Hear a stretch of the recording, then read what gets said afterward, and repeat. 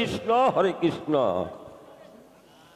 এই যে ব্রাহ্মণ, শোনো ব্রাহ্মণী, আর রাত্রি শীতে স্বপ্নে দেখতে পেলাম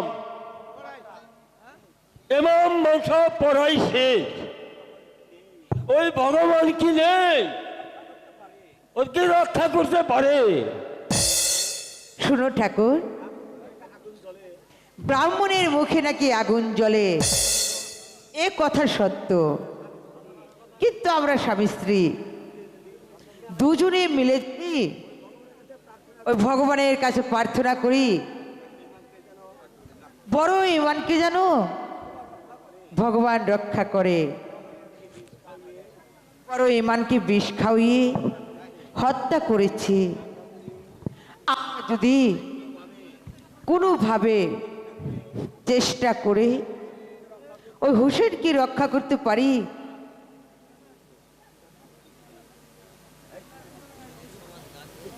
ব্রাহ্মণ,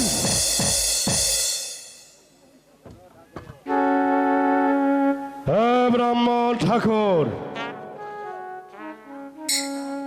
ব্রাহ্মণ, আমি তোমাকে চিনতে পারি নাই। আমি অদ্ভুত মূর্তি, আমি কোনো দেখি নাই। আপনার কি দরকার? শোনো ব্রাহ্মণ ঠাকুর, আমি এসেছি তোমার কাছে আজকের রজনী একটু আশ্রয়ের জন্য। বলো বলো, দেবে তুমি আমাকে একটু আশ্রয়? দিব, বসুন। শিবর, এই নাও। ঠাকুর শোনো ব্রাহ্মণ, তোমার কাছে একটি গচ্ছিত আমানত আমি রাখতে চাই। তুমি আজকের রজনী বড় যত্ন করে আমার সেই গচ্ছিত আমানত তোমার কাছে সযত্নে রেখে দেবে।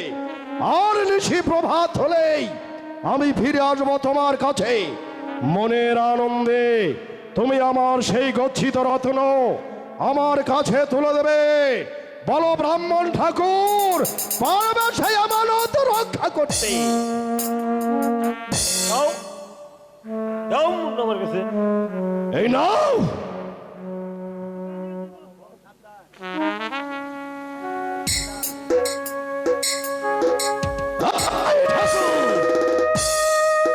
খুব সাবধান, এটা মহামূল্যবান রত্ন, এটা বড় যত্ন করে তোমার কাছে রেখে দেবে। নিশি প্রভাত হলে আমি ফিরে আসবো তোমার কাছে। মনের আনন্দে দিয়ে দিবে আমার গচ্ছিত আমানত আমার হাতে। আমি এই আমানত নিয়ে চলে যাব সেই সুদূর দেশকে। ঠাকুর, যদি চালাকি করিস, যদি বেঈমানি করার চেষ্টা করিস না, ওই ল্যাংটি ঠাকুরের বাচ্চা একেবারে তোর ওই যে মাঝখানে যে টিকটিটা রয়েছে না, একদম কেটে ছাপা ছাপ করে দেব, জাহান্নামের দরজায় পাঠিয়ে দেব তোকে। হুঁশিয়ার! বেঈমানি করলে বেঈমানির শাস্তি আমি তোকে দিয়ে দেব। মনে রাখিস, নাম আমার সীমা।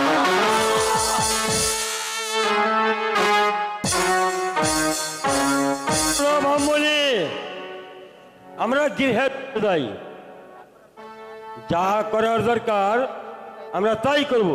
ঠিক আছে ব্রাহ্মণ, তাই চলো। সীমারের হাতে দিও না। যদি আমাকে কোনো উপায়ে রক্ষা করতে পারো, তবে আমি তোমাকে প্রতিজ্ঞা করে যাচ্ছি, তোমাদের সবাইকে আমি স্বর্গ সুখে সুখী করিব। শোনো ব্রাহ্মণী, মুন্ডু যে কথা বলছে, ওকে যদি আমরা রক্ষা করতে পারি, আমাদের ওকে বিনা হিসাবে ওই স্বর্গবাসী করবে। এই পল্লীর কাজ কে না করে, সে সীমার যদি কাটা মুন্ডু চায় আমরা কিছুতেই দিব না। হোসেনকে রক্ষা করতে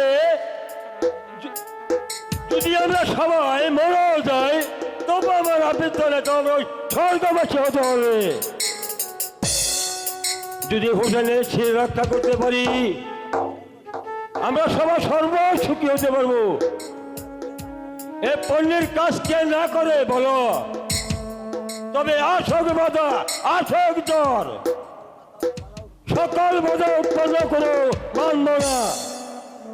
আমরা ওই সড়কে যাওয়ার পথ বেছে নিব। ওই ব্রাহ্মণ ঠাকুর, ধর্মদাস, আমার কাটা মুন্ডু আমার হাতে দাও। আমার কাটা মুন্ড আমার হাতে দাও। তুমি একটু দাঁড়াও।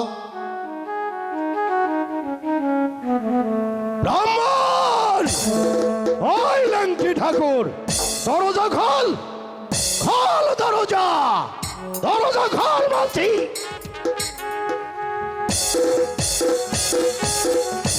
ওই যে দেখ, নিশি প্রভাত হয়ে গেছে, সূর্যদেব উদয় হয়েছে, চতুর্দিক আলোকিত হয়ে গেছে।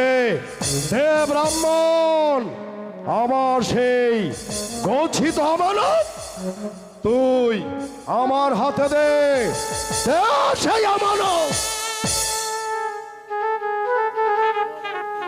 শোনো ভাই সীমার, যদি আমার কথা রাখো তাহলে আমি বলতে পারি।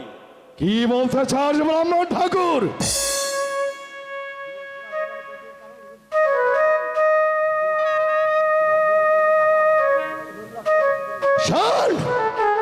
সীমার কোনদিন কারো কোন অনুরোধ রক্ষা করতে জানে না। তুই আমার সময় নষ্ট করতে পারবি না ব্রাহ্মণ। দে দে আমার আমানত। সীমন, তুমি একটু অপেক্ষা করো, আমি তোমায় কাঠা মুন্ডই দেব। তোমরা চলে আসো আমার সঙ্গে। আসো বাবা, বলে না আসো।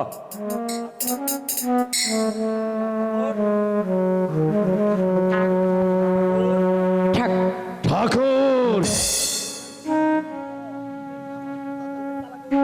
যদি চালাকি করার চেষ্টা করিস না তোকে আমি কিছুতেই ছাড়বো না ঠাকুর, তোকে আমি ছাড়বো না। বলেছিলাম না, তুই শালা যতই চালাকি করিস আমি তোকে ওই নরকে পাঠাবো। যাই, আমি একটু বিশ্রাম করে নেই, দেখি ওই লেংটি ঠাকুর আমার আমানত আমায় দেয় কিনা। এবার আমি একটু অপেক্ষা করি।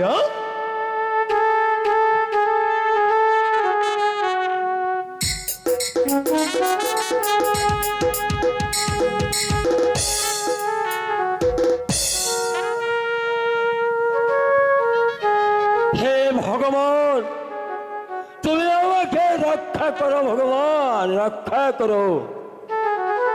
আমরা যেন হোসেনের শির রক্ষা করতে পারি। এই ব্রাহ্মণ, এই দে আমার আমানত আমার হাতে তুইলা দে, দে বলছি দে।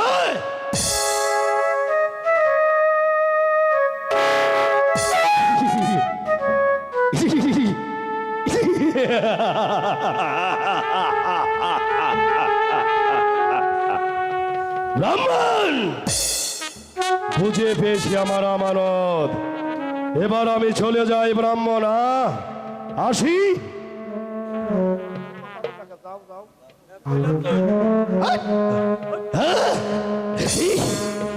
শালা লেংটি ঠাকুর কেন এত তাড়াহুড়া করছে?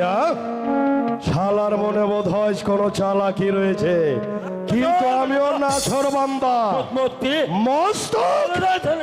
আমি পরীক্ষা না করে কিছুতেই যাবার পাত্র আমি নই।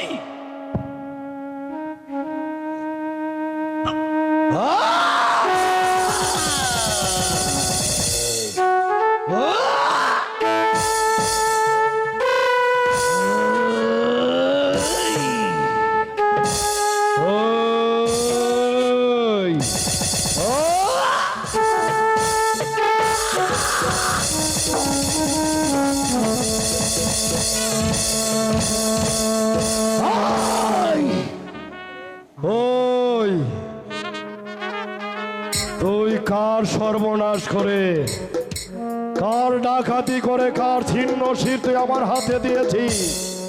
ওই হারামির বাচ্চা, বল আমার আসল আমানত সেই হোসেন শাহ ছিন্ন শির কোথায়? বল।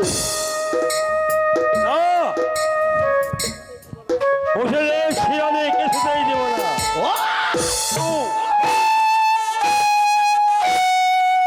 সীমা, আমিও তোমাকে সহজে ছাড়বো না। বিশাল ব্রাহ্মণ।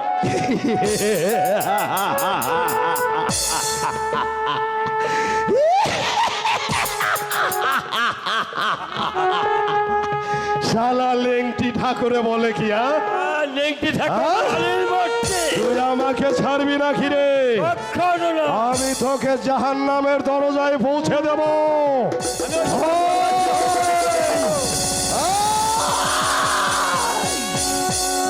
আয়।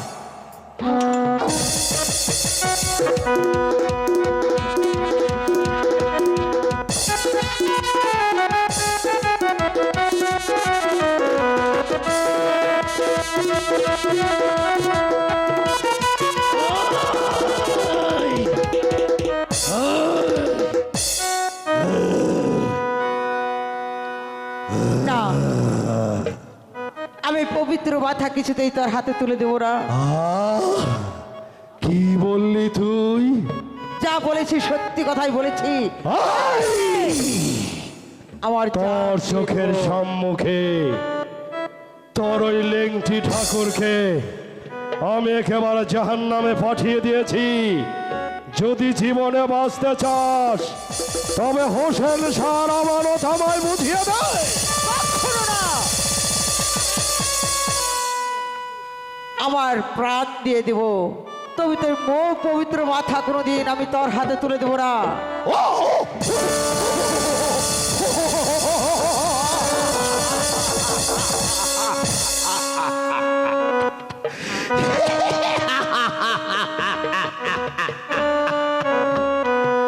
শালা সারামজাদি পাজি মহিলা, ওই শয়তানের বাচ্চা শয়তান, কি বললি তুই? ওই শয়তানি! সাবধান! সীমার সংযত হয়ে কথা বল। আচ্ছা, একেবারে কুরবানি করে ফেলবো, কচু কাটা করবো তোকে সারামজাদি। বলেছি তো প্রয়োজনে প্রাণটাই দিয়ে দেবো, কিন্তু পবিত্র মাথা করে দিয়ে তোর হাতে আমি তুলে দেবো না। প্রাণ দিবি? প্রাণ দিবি? হোসেন আমি শাহ প্রাণ ছিন্ন দিয়েছি। শির দিবি না, তবে তোর প্রাণটাই নিয়ে নেব। দে দে। বলছি তো কোনোদিন আমি দেবো না। তোকে এত সহজে মারবো না, তোকে বড্ড মজা করে মারবো। হ্যাঁ, বল দিবি কিনা মস্ত? বলছি তো তোর হাতে কোনোদিন আমি তুলে দেবো না। দিবি না?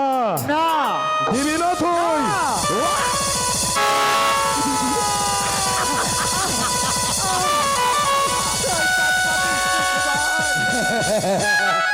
মারবো না। ভয় পেয়েছিস? হ্যাঁ, মস্তক দিয়ে দে বলছি, দে বলছি মস্তক। বলছি তো দেবো না। দিবি না? না। তোর সাথে আর মস্করা করবো না রে, সময় খুব কম, যেতে হবে বহুদূর, সেই সুদূর দামেশকে। তাই তো আর সময় নেই, এবার তোকে আমি পাঠিয়ে দেব তোর ওই লেংটি ঠাকুরের কাছে, জাহান্নামের দরজা। তাই কর পাপিষ্ঠ সীমার, কিন্তু আমার প্রাণ জীবিত থাকতে কখনো আমি পবিত্র মাথা তোর হাতে তুলে দেবো না। একটি কথা মনে রাখিস, একাত্তর ধরে সন্তান গেছে, আমার স্বামী গেছে, হাইস্টার টাওয়ার জীবনটাও দিয়ে দেবো।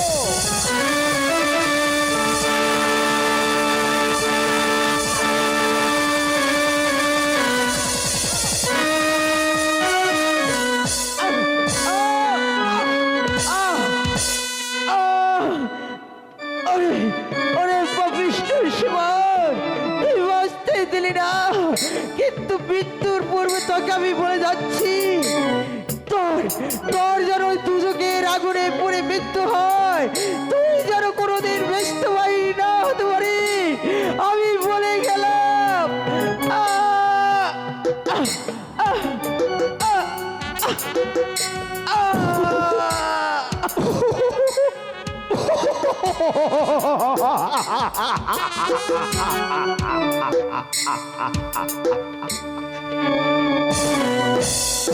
সারাম জাতি শয়তানের বাচ্চায় বলে কি আমার নাকি স্থান হবে জাহান্নামে।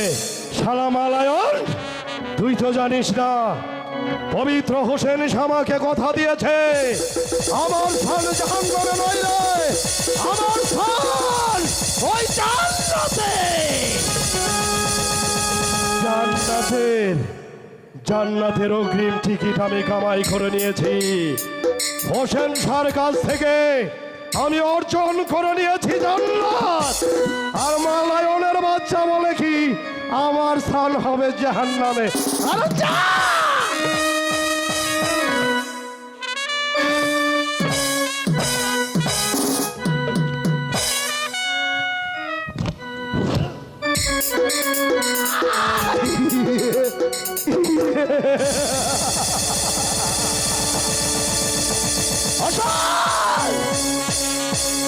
এই মস্তকের জন্য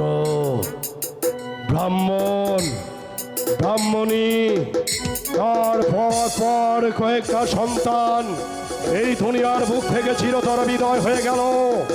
কি পেল এই হোসেন শাহর মস্তকের মধ্যে ওরা দুইজন? আমাকে জানতেই হবে, কিন্তু আমার চলে যেতে হবে। এই দামেশকে হোসেন!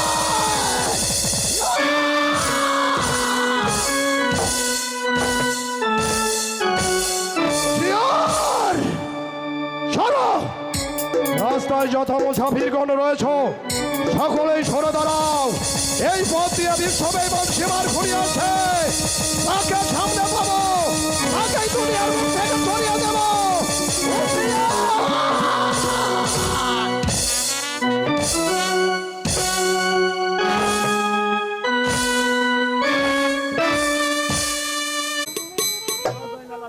শোনো জয়নাল আবদিন, আজিকার মসজিদে তোমায় খুতবা পাঠ করতে হবে। আমি প্রস্তুত আছি। আমি আমার মায়ের দরবার হতে অনুমতি নিয়ে আসি। জয়নাল আবদিন, আমি তোমায় যেতে দেব না, কারণ তুমি মিথ্যা কথা বলে যদি এখান থেকে পালিয়ে যাও। দাঁড়াও, আমার কথা শোনো। না, আমি আপনার কোনো কথাই শুনবো না। জয়নাল আবদিন, তোমার যে খুতবা পাঠ করতেই হবে, কিন্তু তোমার বংশের নামে না। তবে কোন বংশের নামে? আপনি কোন ব্যক্তি?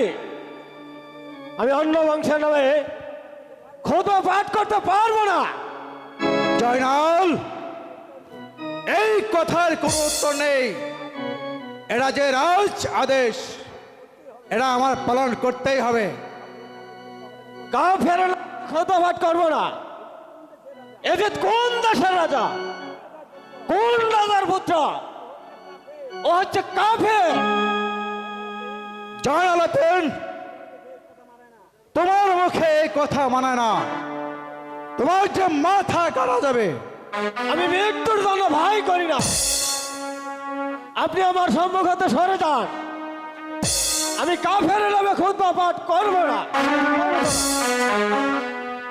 কি সামান্য একটা পালকের এই কথা শোনাতে পারলাম না, আমার সঙ্গে সে প্রতারণা করে চলে গেল।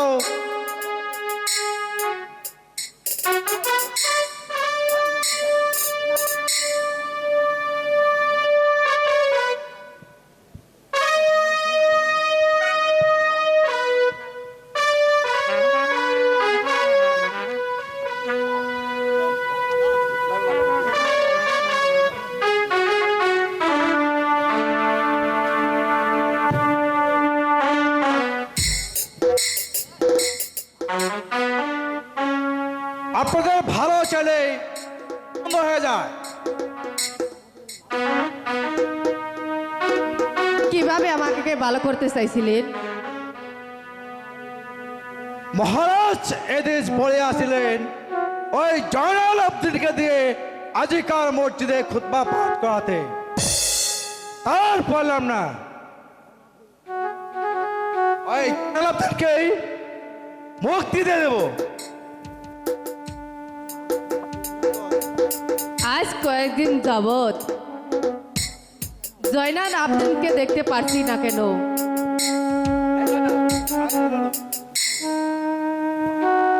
মা মা মা গো, জয়নাল, কি জন্য মা খুঁজেছেন মা? আপনিও কি আমাকে এজিতের নামে খুতবা পাঠ করতে বলেন? বাবা জয়নাল আবদিন, আমি আদেশ দিছি তোমার মুক্তির জন্য, তুমি করো বাবা।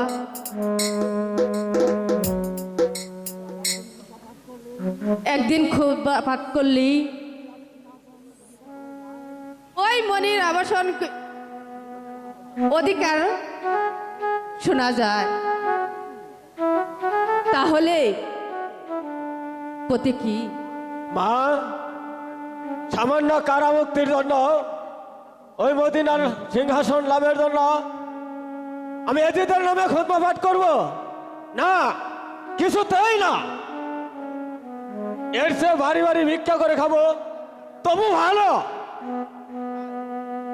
আবার আবার যদি কেউ অকারণে রাজ্য ছিনিয়ে নিয়ে যায়, তাকে আমি সহজে ছাড়বো না। বাবা জয়নাল আবদিন, তোমার ওই মনের বাসনা আল্লাহ কোনোদিন পূরণ করবে। বাবা জয়নাল আবদিন, আমার একটি কথা শোনো বাবা। ওই হানিফ নামে তোমার চাচা হতে আম্বার শহরে গোপন একটি পত্র লিখে তুমি পাঠিয়ে দাও।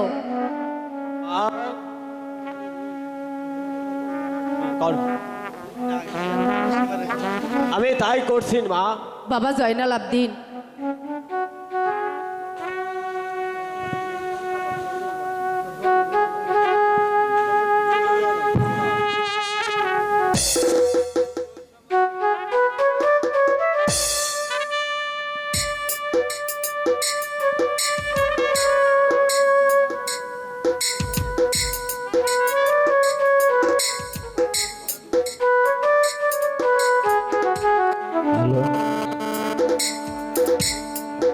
বাবা জয়নাল আবদিন,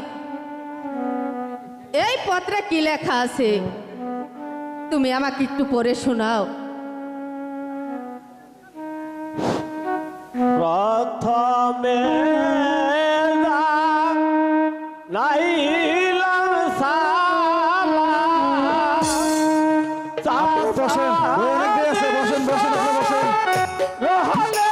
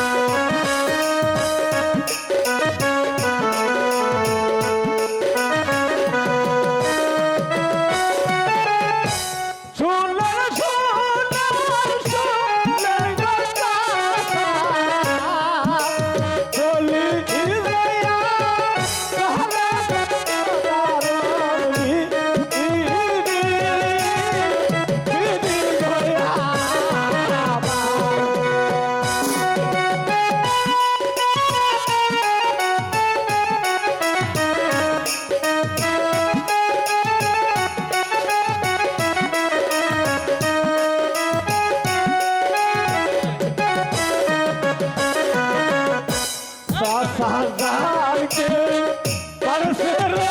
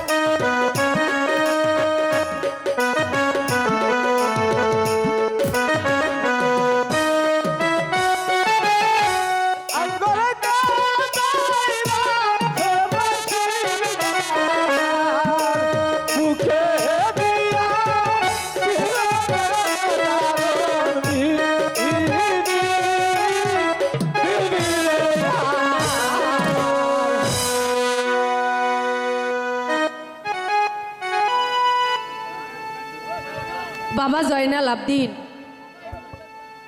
খুব সাবধানে। ওই আজিতে জানো তোমার কথা শুই না কোনো টের যেন না পায়।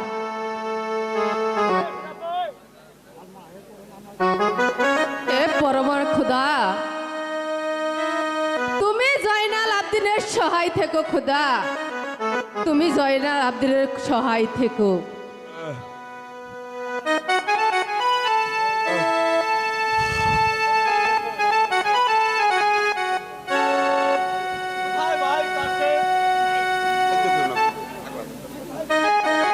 কোথায় ভাই কাশেদ? কি জন্য স্মরণ করছেন জয়নাল আবদিন? আও ভাই কাশেদ, আমার এই পত্রখানা লইয়া তুমি ওই আমবাগ শহরে আমার হানিফ নামে এক চাচা আছে তাহার নিকট পৌঁছে দিবে। খুব সাবধান, ওই এজিদের সন্ধানে যেন কিছুতেই টের না পায়।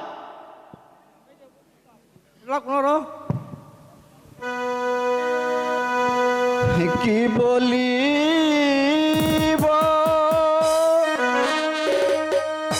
দুঃখের কথা আমার হৃদয় যায় ফাটিয়া রে দারুণ বিধি রে আমার।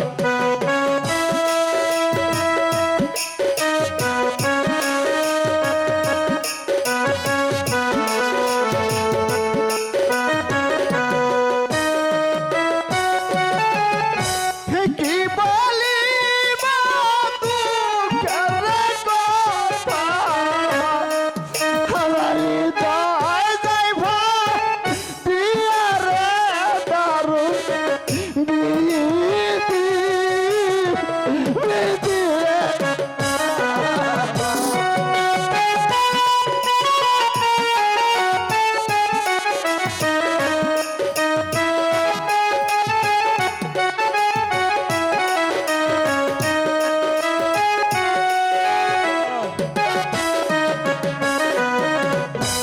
সাত দিন ধইল খাই না রে খানা, যাব কেমন করে রে দারুণ বিধি বিধি।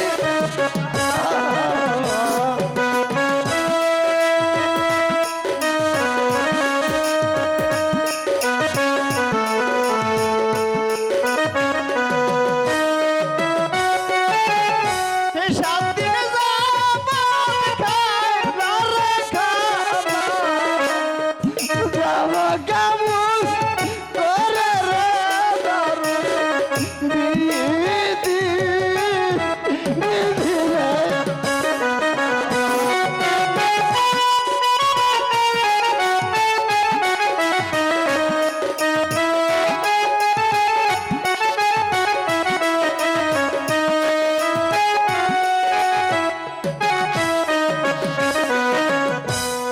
কেমন কইরা যাব রে আমি আম্বা দোষ হরে রে তার বিধি বিধি রে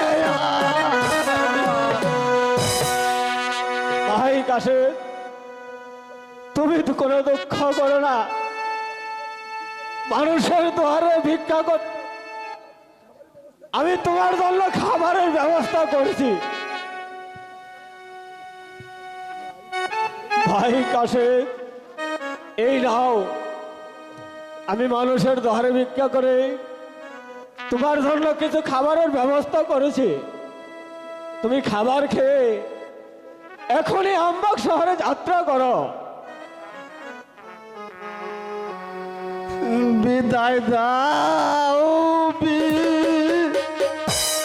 বিদায় দাও রে যায় না বিদায় দাও মারে রে তরু বিধি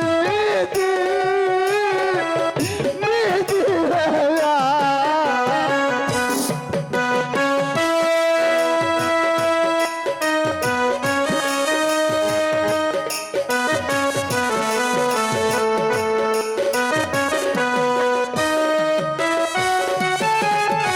বিদায় দাও বিদায় দাও রে জানা বিদায় দাও মারে রে দারুন বিধি বিধি রে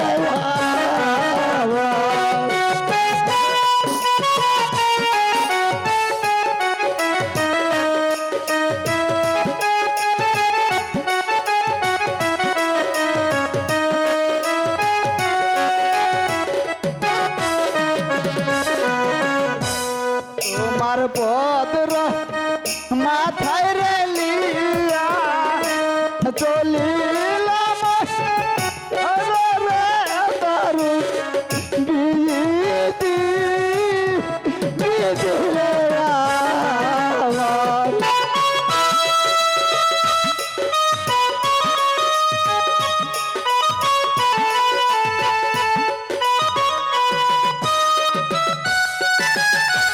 তোমার বদলা আরে বাবা চলিলাম তোলা রে দারু বিধি বিধি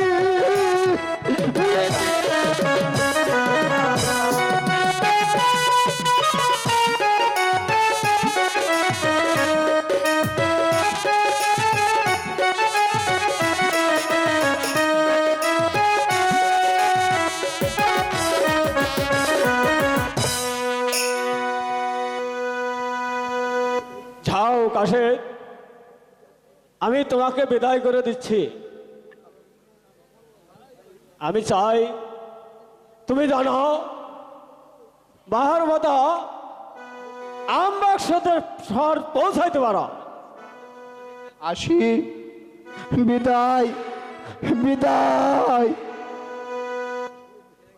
হে মেহেরবান খোদা, কাশদকে পাঠালাম ওই আমবাগ শহরে, তুমি ওর সহায় থেকো, তুমি ওর সহায় থেকো, তুমি ওর সহায় থেকো, সহায় থেকো।